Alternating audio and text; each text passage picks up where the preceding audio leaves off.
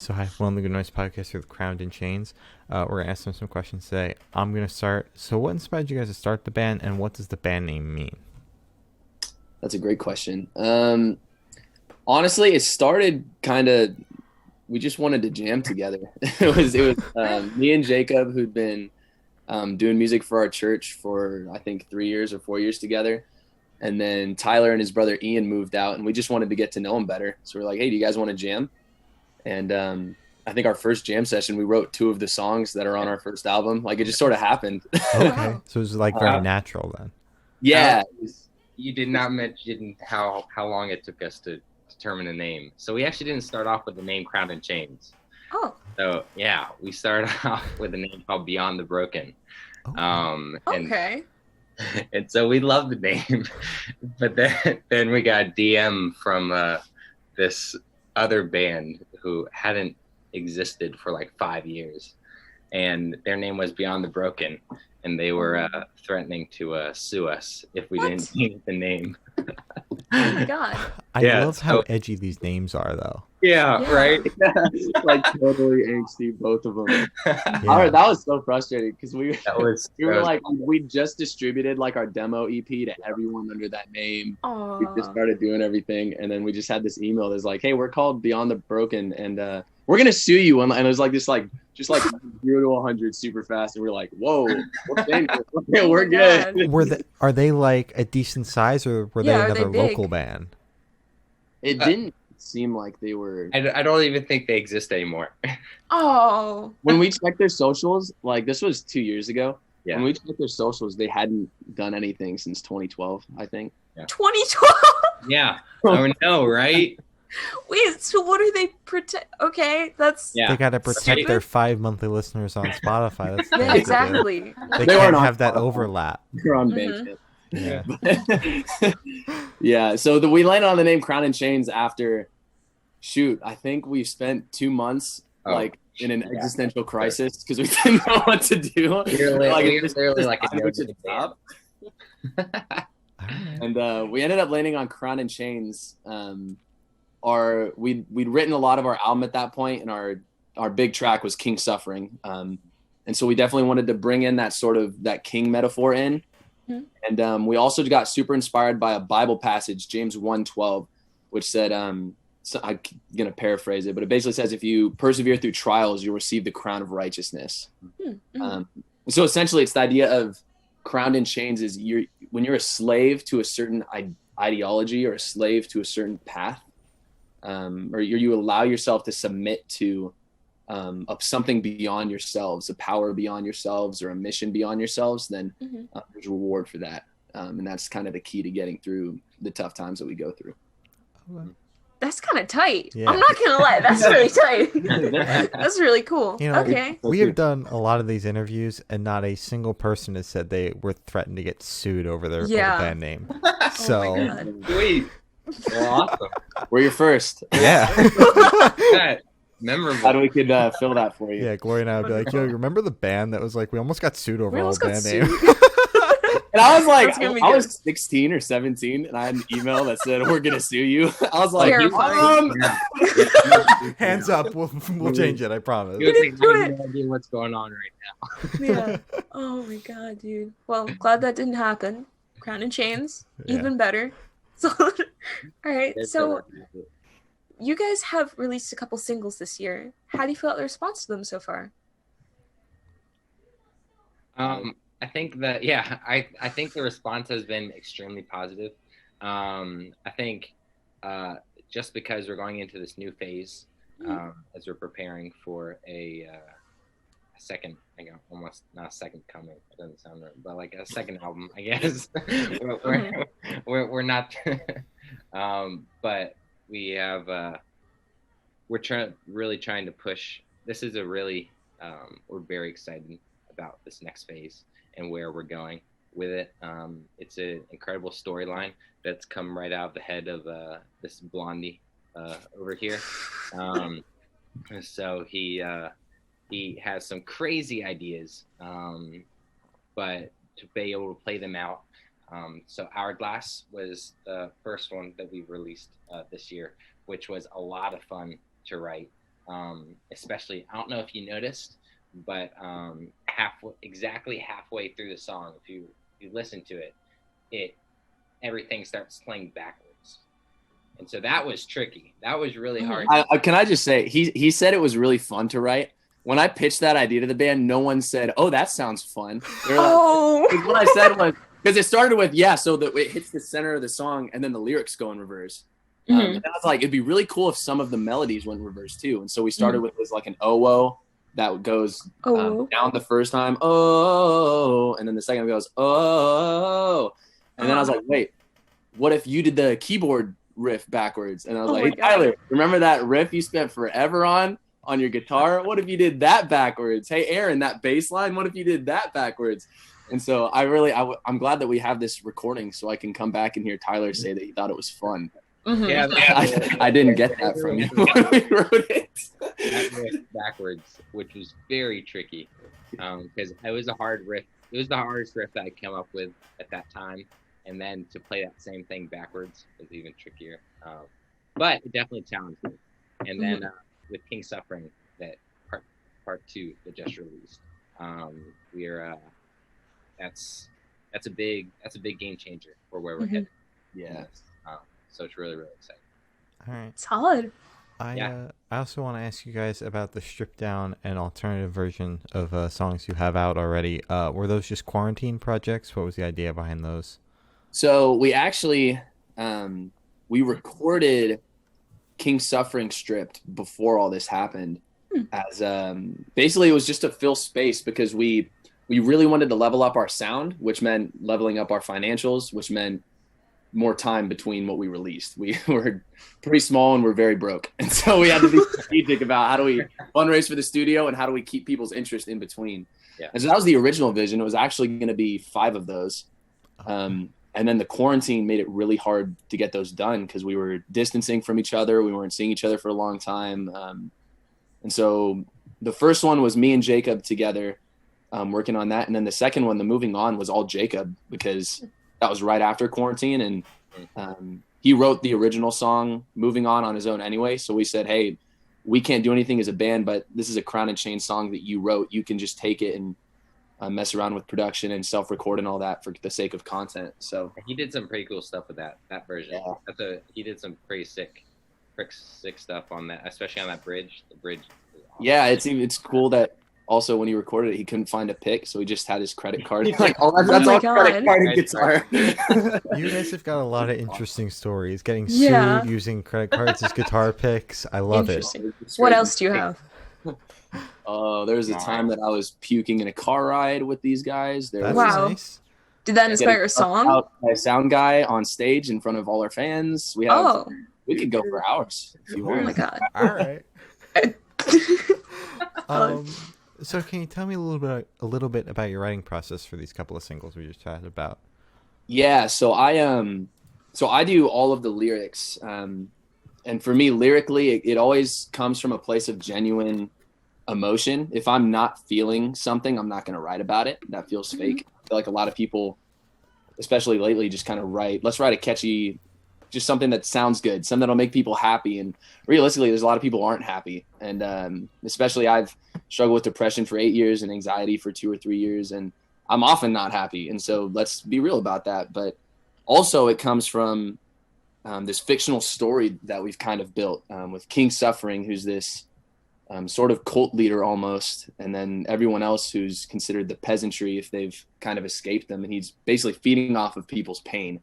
It's kind of what this story revolves around. And so lyrically, it's a lot of, I'd feel an emotion and I'd just write what I felt within the bounds of that story and kind of see where it took me. And so with these singles, this whole project we're working on right now is called Part 2 or Hourglass, either one of those for the album. And I wrote it all 2 years ago lyrically. Wow. It's really cool to finally have them releasing just because it's started literally on a beach in Santa Cruz 2 years ago. And now it's like, I like got emotional last week with the King Suffering Part 2 release. I was like, that's finally just out. I can hear it. And so I'll take those lyrics and me and Jacob will sit down, our other vocalist. He does all the melodic composition and stuff too. And usually the way it goes is he's like, give me 3 words to describe what you're hearing in your head. And so for the newest track, for example, King Suffering Part 2, I said very ethereal, very like empty almost. Like I wanted a hollowness under it.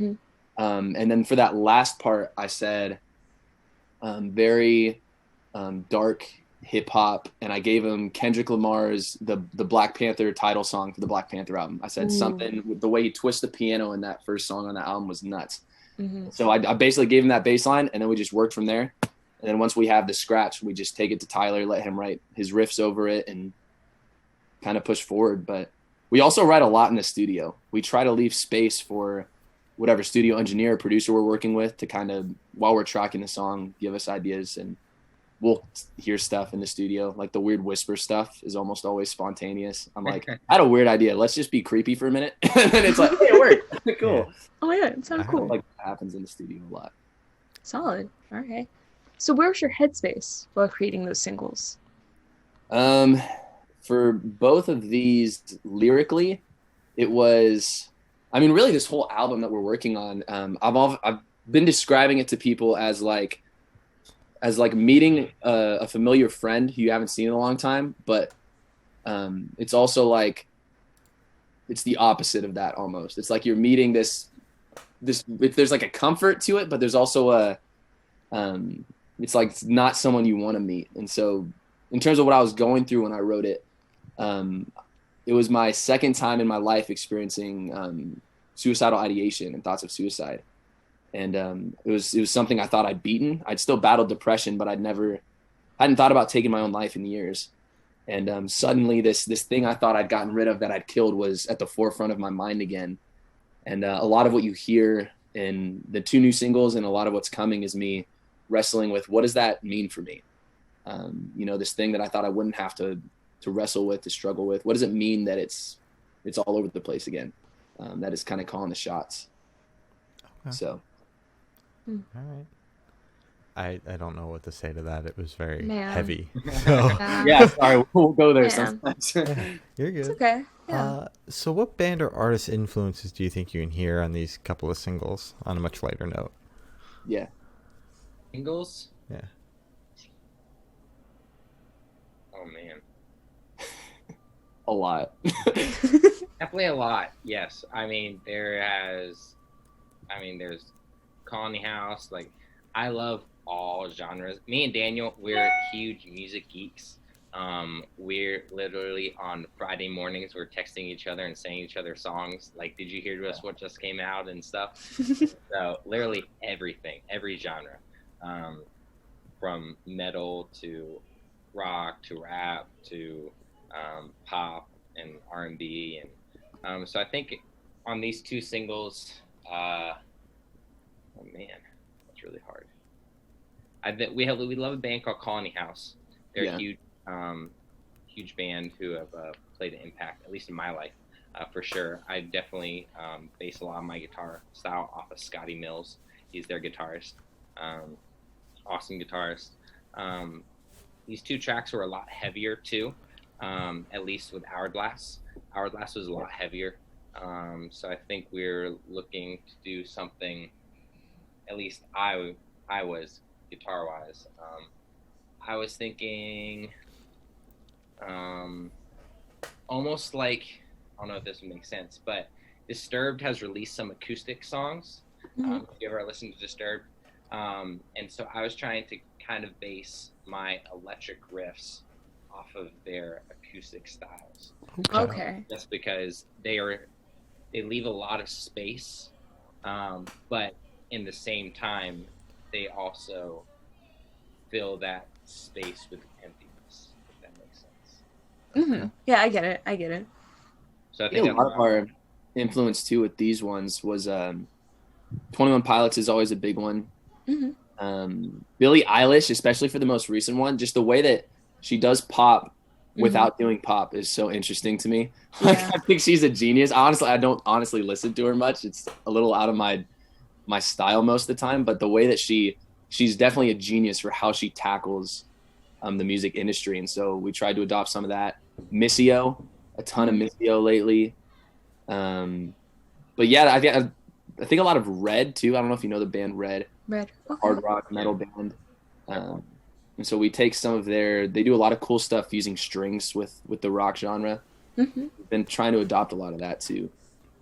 King Suffering Part 2 specifically, I made everyone in the band listen to the Death Stranding album, the video game that released on PS4. I mean, everyone listened to the album that released with it because it hit. I've never heard songs that hit such a weird vibe. And I was like, that's exactly what I want to go for, is that weird, ethereal, uncomfortable, but somehow you like it type feeling. Yeah. Okay. Wow, that's so cool. So I want you to describe your music off the top of your head for new listeners in 3 words. You kind of already did it, but I want you to do it again. With Probably different you. words. Different words. Okay. Off the top of your head as fast as you can go. Mind bending. Mm-hmm. Powerful. Mm-hmm. And human. Human. Ooh. Okay. We've never gotten a human. I like that one. Those were good. Mm-hmm. Shoot. I would say unexpected, Mm-hmm. raw, Mm-hmm. and I guess real. Real. Solid. I like those. You guys are good at this. God. All right. So is there a certain feeling you want your listeners to have while listening through your discography? All of them. Okay. we really don't want to. We kind of all bets are off when we play. You know, if you listen to that first album, you start with a love song and you go immediately into an angry breakup song with no hesitation. Like it just snaps you in. And so I think overall, I would love for the dark songs to help people express what they need to let out. I can think of a lot of times singing sad lyrics helped me realize what I was feeling. So I want the darkness to be expressed, but I want the hope to be discovered and sought after at the same time, if that makes sense. Oh. I Yeah. kind of want them to find a place to figure out what they're feeling, to let it out, and then to cling to something they need to feel afterwards, if that makes sense. Mm-hmm. Man. Okay. So is that the same for you, Tyler? Yeah, I think our music it's always so hard for me to describe because we want to really change the way people think about music. It's we always people always ask what kind of genre band we are. we just tell them mixed genre. Mm-hmm. Or if they don't really understand what that is, we usually just tell them alternative.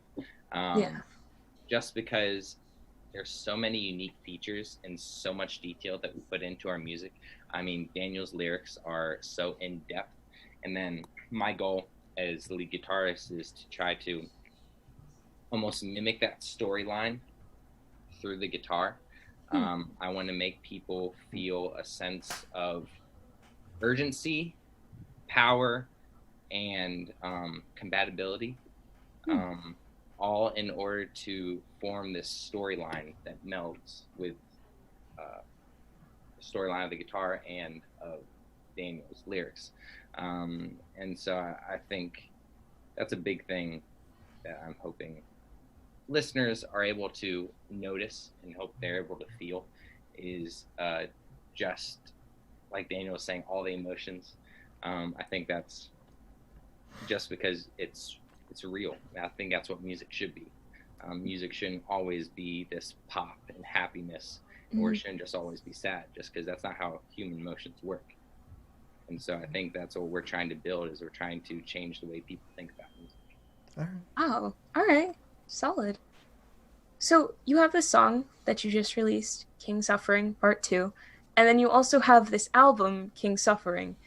Is King Suffering Part 2 almost like a bridge, a continuation of that album, continuing that story or just that tale that you're trying to tell? 100%. Okay. And so what we're doing is Hourglass marks the start of a second album. Partly because we thought it would be cool, partly because we're insanely broke. We decided to release the whole album as singles. Okay. And so where King Suffering, the first album left off was we kind of introduced you to this character. We introduced you to sort of this idea of this guy's calling the shots, and then there's a revolution against him. And so you hear after the King Suffering song, it's a lot of questions that I ask myself in the lyrics, and then there's a fight that happens, and then at the end it sounds like hope is captured. Mm-hmm. And then with the song Hourglass, it's out of nowhere. We're trapped in some sort of torture chamber prison thing. And it's like, what is going on? Like, even we're confused in the lyrics. We're like, well, I don't know where we are. I don't know what's happening. Yeah. And so it totally picks right up where we left off with the story. And pretty cool, actually. We're almost done. Me and a friend of mine, Jordan Higby, wrote a novel version of the first album, King Suffering the Novel. That's coming out sometime in 2021, hopefully early 2021. Been trying to put that thing out for like 2 years, and didn't realize how hard books were to write. Apparently there's like talent involved in doing that I didn't realize we needed. So it took me a little bit, but we're finally releasing that novel, and hopefully that'll help fill some of the gaps in understanding the story from the first album, and also help you see where the second one picks off, because it leads you right into that for sure too.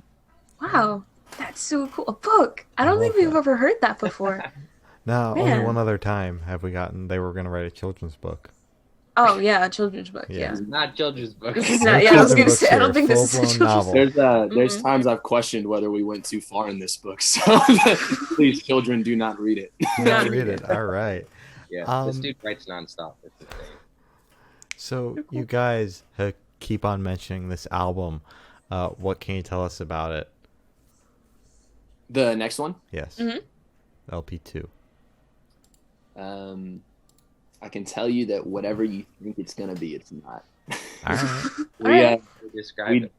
We just got back from the studio Mhm. on a couple tracks yesterday or 2 days ago. 2 What days day is ago. it?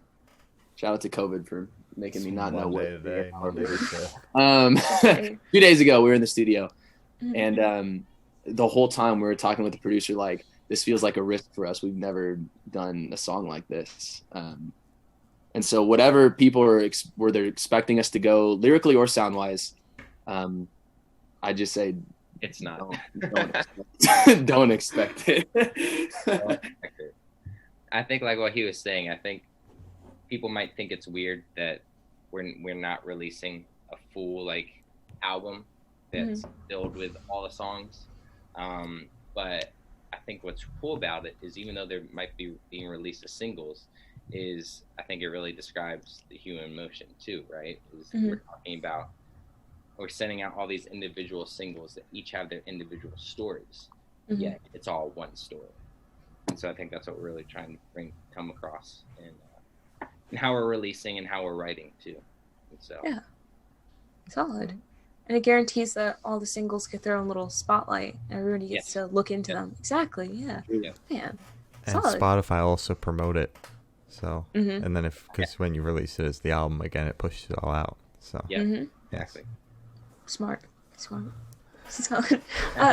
So where do you guys see the band in the next 5 years? We asked this question the other day. Oh. Yeah. Go ahead, Daniel.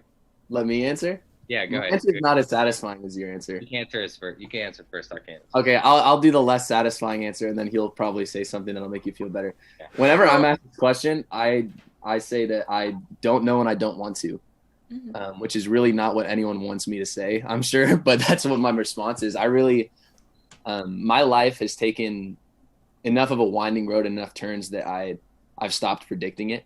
The first solo song I ever released under my own project was basically about how I have no control over everything, so I'm going to stop trying to have it. And so anytime the future comes up, my response is always just I'll be where I'll be, and I'll be content where I am.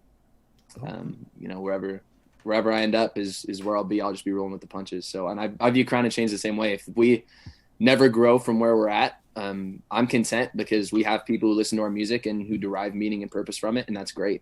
As long as we have one person who's listening and is getting some positivity, some peace, encouragement, community, hope from what we're doing, then I'm satisfied. And so, but again, that's not the answer anyone wants. They always want to like, we want to be playing Madison Square. We want to I just don't know. So I'm not Yeah. gonna pretend to, I guess. We actually Yeah. haven't gotten. We want to play Madison Square Garden in like a hot minute. It's been a couple Yeah. months since That's someone alright. told us It's been that's a how good big bit they of see time. themselves. Yeah. We Mhm. want to play Madison Square Garden. Thank you. Do it. There we go. That's the answer we we want to got- hear. Oh my god. No, I think like what Daniel was saying was we don't know where we'll be in 5 years. Obviously, who doesn't want to be a rock star and touring and being being able to do that for a living? But I think we each have we all have such a strong friendship that's never going to change, and I think that's what I'm most content about. And we each have our own individual lives as well. But I think like what Daniel was saying was about how this has been an incredible encouragement to so many people. It's been an overwhelming amount of DMs and messages that we've received from people literally all over the world. I mean, we have people in, let's see, where's the farthest away? We have a super fan in Germany. If you're listening, Paran, shout out to you. We have a super fan in Germany. Yeah. Our intern Kim, who booked this for us, she's amazing. She's in the Netherlands, Australia, France. I mean, I think the U.S. is almost where we get the least streams. I think if you're looking at our top cities or even top countries, it's like third on the list. Yeah. Yeah, no, I think that's where we're at, is that we just want to give people hope, and we want to be real with people. We're not trying to what's that phrase that people save face or something like that. Mhm. I'm not hip, but so I think that's not what we're trying to do. We're just trying to be real. Yeah, I respect Solid. that. All right. Mhm. So for the last couple questions, we are going to shift away from music and go straight to death row. Boom. So Nice. if you're on death row, what would your last meal be with a drink? Tyler, I loved your reaction. Wow. That was a switch. Okay. I guess so. Mine would probably be probably a giant glass of sweet tea, Solid. a nice IPA beer. I don't know if I'm gonna promote beer on here. You're cool. You're fine. Yeah. No, and probably just a giant plate of as much meat as possible. All Just right. any meat. Any and every meat. So you're as just long out here saying fuck the happy. vegans. Yeah. Pretty much. Middle So- fingers up to the Quote sky for Tyler the Craig vegans. on there. Please, Fuck the vegans. All I right. want shirts made. I do also have to have some sort of chocolate. Okay. Oh, okay. All right. That's Okay. such a light no. It's like, I know. oh yeah, aside from that, a little bit of chocolate would be Yeah, like nice. a dark chocolate lava cake or something. Oh my god, yeah. All right. Man. Okay. That's my Oh, does that mean it's my turn to answer? Yep. Mhm. I'm stressed over this question. I would for sure have just a super refreshing ice cold glass of chocolate milk, Oh yeah. and I would have a cake in the shape of Ryan Reynolds' face, Wow. and I Is will that- not settle for more or less. Okay. What flavor is that cake? It's chocolate with chocolate chips in it, Ooh, and the okay. frosting, even though it's like Ryan Reynolds colored, and Yeah. like the frosting design, it's gonna be strawberry. Strawberry. All right. So he's gonna be pink. Well, no, he's gonna look like Ryan Reynolds, but he'll taste like strawberry chocolate. They'll dye it. Oh, okay. I get it. All right, now I'm getting like really hungry, and I'm not entirely sure why. I think it's that Ryan Reynolds cake. I'm pretty sure it's Ryan Reynolds. Shane. Yeah, I think that Yeah. might be it. Wow. That's an interesting one. All right. Yeah. So if you could live in one fictional world for a week, where would you live? Not my own. I would love to go into the world of J.R.R. Tolkien, the Lord of the Rings world. Ooh, mm-hmm. Gosh. So would you be like a hobbit or like a ghoul or a I would love to goblin? be an elf. Elves are just so Elf. cool and cool. I think it's the Yeah. opposite of what I am. I think if I'm realistic, be an I'd elf. be like a dwarf. Like just an angry like ah. But Ah, I would yeah. love elves are so like the way he just keeps pulling arrows out Exactly, in the yeah, air and nails orcs in the face. It's just so cool. It's pretty cool. Yeah. For sure. I was definitely going to say Lord of the Rings because that's amazing, or Harry Potter. I know probably stereotypical, but That was my number 2 also. I love both those worlds. They're incredible. That's Yeah. what I grew up on. That or Alright. living in the same world as Princess Bride. Oh my god. One of We've the- never gotten Princess Bride. I love that movie so much. God. Wait. So you both said like your second option was Harry Potter. What house are you guys in? Gryffindor. I'm Gryffindor. Okay. Oh my god, you're both Gryffindor? Bro, where's my Hufflepuff? Do you have a Hufflepuff in the band? I think Jacob's probably a Jacob would Hufflepuff. totally be a Hufflepuff. Okay. I think I- my fiance is also a Hufflepuff. So there you go. Oh, All right. cool. So I have the honor of asking the last question, and every single person we've spoken to has said the most important question. What is your favorite color? Blue. Specific shade. Like a little darker than sky blue. I'm trying almost like a recycling bin. Oh, yeah, I get it. Recycling bin blue. Like a Recycling There bin you blue. That's the first Easy. thing I saw. I literally looked in my kitchen. I'm like, oh, okay, that's that color. Recycling that bin. works. All right. That works. Like the blackest shade of black there is. Okay. Black is shade okay, black. cool. Alright, void. All right. Yeah. Void. Yeah, alright. Solid. Edgy. So as I said, that is all the questions we have for you today. Is there anything you'd like to plug? Go listen to our music. Yeah. Listen to King Suffering Part 2. Just dropped. Listen to Hourglass. If our name's on it, listen to it, basically. Hell yeah. Word. Listen to Anywhere on Spotify, iTunes, Apple Music. I don't know what else there is out there, but we're probably on it. Yeah. And yeah, very excited. And stay tuned with us. Oh, also follow us on Instagram. Mhm. That's where we keep everyone updated on a lot of stuff. All our socials are just Crown and Chains with no spaces. All right. Yep. Solid.